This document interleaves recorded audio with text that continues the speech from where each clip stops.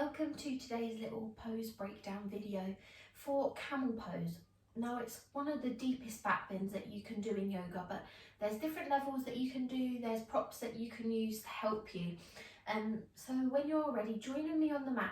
We are going to be kneeling, so if you need to, just roll the mat over so it gives you a little bit of cushioning and knee along the bit that you've rolled over. So, joining me kneeling. Oh, let me just take my socks off. Socks be gone. I tell you what, it's so cold at the minute. Oh, I'm filming this in January and it's very frosty outside, so my whole house, even though the heating's on, it's still really cold. Anyway, socks are off. Tucking the toes under. So this is our first level of camel pose that you can try. I find that the toes tucked under, one, give you a bit of height, so if you do want to reach back to the heels, you can. Also, it gives you a nice little grip and it takes the weight off the knees as you lean back. You're giving the toes a nice stretch as well. So, inhale, hands can come onto the hips. And as you exhale, gradually lean back. And you can experiment with just rocking forwards and backwards. And then as you gain a little bit more flexibility in the quads, you can, let's see if you can take the hands back onto the heels and open up into the chest. The aim with camel pose is to shine the heart to the sky. You can take the head back, just being careful to protect the neck, that's absolutely fine. Alternatively, you can grab a yoga block if you've got one, pop it in between the toes, and you can use that as a little bit of extra help for you. You can even pop it to the side if you want to take a side stretch, and the other side. And just being careful to stack the spine as you come back. So if we take the hands back onto the hips and we're taking that tilt back, we're engaging the core as we come back. We're keeping everything aligned. We're not sort of opening up into the chest as we come back. Everything is a nice alignment before you reach that level where the hands come onto the heels so that you can open up into the chest. You want to have that support of the hands before you open up into the back. So another level that we can try, if you're more advanced, is flattening the tops of the feet onto the mat. So you have got more of a bend back if you want to take one. Again, use the blocks in between the hands. You can experiment with the level of the block, remember. So say if you had your toes tucked under with the highest block, that seems a bit pointless because they're pretty much the same height as your feet, if not a little bit higher, so it's only about a centimetre higher. If you've got the toes relaxed and you've got your block this way, it gives you just a little bit more height again. So gradually you're working down in the levels.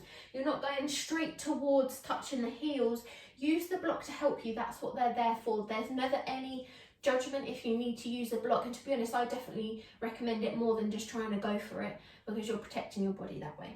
Anyway, if you want to take that bend backwards, taking the hands onto the hips or above the head, and again, use that core strength, quad flexibility, which we can work on, and then taking that bend backwards. You can keep the fingertips, the hands don't have to sit flush onto the soles of the feet. You can keep that nice bend, but it's all about finding the level that works for you. So I highly recommend that once you've watched this video, go and grab an old book or something that you have that's hefty, like a yoga block if you don't have one, and experiment with a camel pose that will work in your practice, so that when it comes to when we're flowing and I say, okay, we're going to come into a camel pose, you can just be like, okay, I know which camel pose I'm going to come to. I know what's going to feel right in my body today. So we've got 3 different levels. You can tuck the toes under, take it back. You can have the hands on hips, take a lean back with a slight back bend to protect the back. Or you can take your full camel pose, which is where we're leaning all the way back. Hands can come on to the heels, or if you're particularly flexible, the head can come back and you've got that nice bend. So with that all being said, coming back up nice and safely as you stack up the spine. And sometimes as a counter pose, I find a puppy pose works quite nicely. So arms come out in front, chin or forehead on the mat, and just opening up the heart into the ground, or alternatively, nice and relaxed in a child's pose. And that is our little camel pose breakdown. Just being careful with back bends, protect your back always. If you need to take a step back in any other practices and not practice camel whatsoever because you have a bad back, please do that. You know your own limits, so I trust that you know your own limits in your yoga practice. And I hope you enjoyed this little chatty pose breakdown of camel pose. It's actually a very recommended pose that we do from you guys, so hope you enjoyed, and I'll see you for our next practice together. Bye!